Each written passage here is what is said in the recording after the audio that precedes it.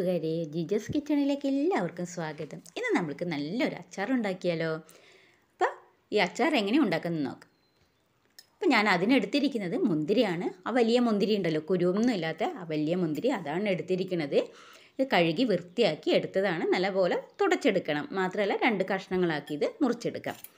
എന്നിട്ട് നമ്മൾക്കിത് അച്ചാർ ഉണ്ടാക്കാൻ നോക്കാം. വളരെ പെട്ടെന്ന് ഉണ്ടാക്കിയെടുക്കാൻ പറ്റുന്ന ഒരു അച്ചാറാണ് കേട്ടോ. ഇനി എന്തൊക്കെയാണ് വേണ്ടതെന്ന് നോക്കിയാലോ. അതിലേക്ക് ഞാനൊരു കഷ്ണം ഇഞ്ചി, 2 പച്ചമുളക്, കുറച്ച് വെളുത്തുള്ളി. ഈ വെളുത്തുള്ളി തോല് കളയേണ്ട ആവശ്യമില്ല കേട്ടോ. തോല് കളയാതെയാണ് നമ്മൾക്കിതിനാവശ്യം. നല്ലപോലെ കഴുകി വൃത്തിയാക്കി എടുത്തതാണ്. പിന്നെ എടുക്കേണ്ടതാണ് മാങ്ങയിഞ്ചി.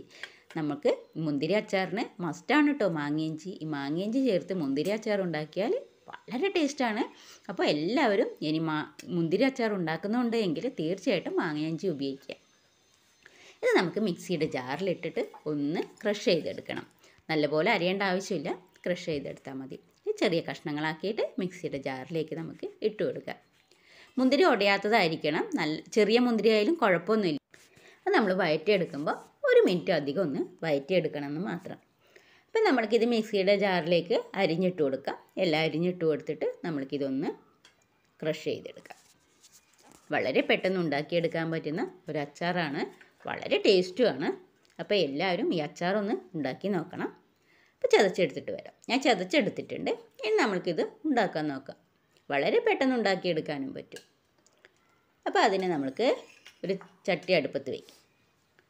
ഞാനൊരു ചീനച്ചട്ടി അടുപ്പത്ത് വെച്ചിട്ടുണ്ട്. ഇതിലേക്ക് ഞാൻ അച്ചാറിന് എന്നും ഉപയോഗിക്കുന്നത് എള്ളെണ്ണയാണ്. അപ്പോൾ ഇന്നും എള്ളെണ്ണ തന്നെയാണ് ഞാൻ ഉപയോഗിക്കുന്നത്. അപ്പോൾ എള്ളെണ്ണ ഒഴിച്ചു കൊടുത്തിട്ടുണ്ട്. ഇനി ഇതിലേക്ക് നമ്മൾക്ക് മുന്തിരി ഇട്ട് കൊടുക്കാം. മുന്തിരി ഇട്ട് 2 മിനിറ്റ് ഒന്ന് വഴറ്റിയെടുക്കണം. ചെറിയ മുന്തിരിയാണെങ്കിൽ ഒരു 3 മിനിറ്റെങ്കിലും ഒന്ന് വഴറ്റി കൊടുക്കണം. ഈ വീഡിയോ ഇഷ്ടപ്പെട്ടാൽ ലൈക്ക് ചെയ്യാനും സബ്സ്ക്രൈബ് ചെയ്യാനും മറക്കരുതേ. ബെൽ ബട്ടൺ ഒന്ന് എനേബിൾ ചെയ്യുക. അപ്പോഴാണ് ഞാനിടുന്ന വീഡിയോയുടെ നോട്ടിഫിക്കേഷനൊക്കെ നിങ്ങൾക്ക് ലഭിക്കുകയുള്ളൂ. അപ്പോൾ എല്ലാ ഭാഗവും ഒന്ന് നല്ലപോലെ വഴറ്റിയെടുക്കാം. പതുക്കെ ഒന്ന് ഇളക്കി കൊടുത്താൽ മതി. ഇപ്പോൾ ഏകദേശം ആയിട്ടുണ്ട്. 1 മിനിറ്റ് കൂടെ ഒന്ന് നമുക്ക് വഴറ്റാം. നമ്മുടെ മുന്തിരി വഴറ്റി കിട്ടിയിട്ടുണ്ട്. ഇനി ഇത് നമ്മൾക്കിതൊരു പാത്രത്തിലേക്ക് മാറ്റാം.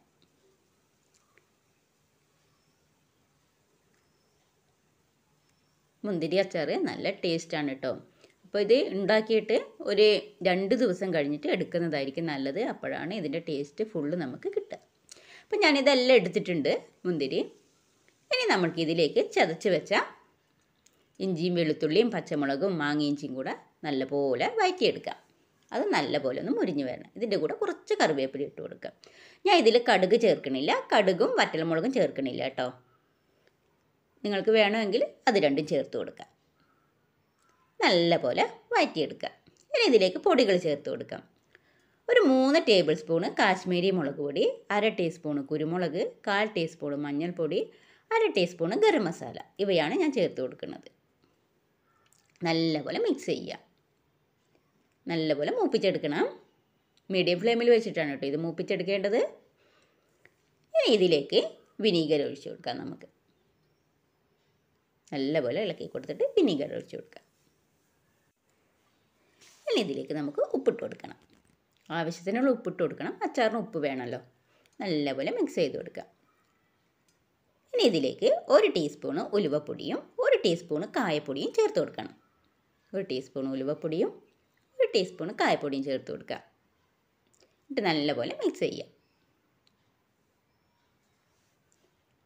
നമ്മൾ വറുത്ത് വെച്ച മുന്തിരി ഇതിലേക്ക് ചേർത്ത് കൊടുക്കണം. മുന്തിരി ചേർത്ത് കൊടുത്ത് 2 മിനിറ്റ് ഒന്ന് മിക്സ് ചെയ്ത് കൊടുക്കുക. അതിനുശേഷം നമുക്ക് ഗ്യാസ് ഓഫ് ചെയ്ത് വയ്ക്കാം. എന്നിട്ട് ചൂടാറിയതിന് ശേഷം ഒരു കുപ്പിയിലേക്ക് നമുക്ക് മാറ്റാവുന്നതാണ്.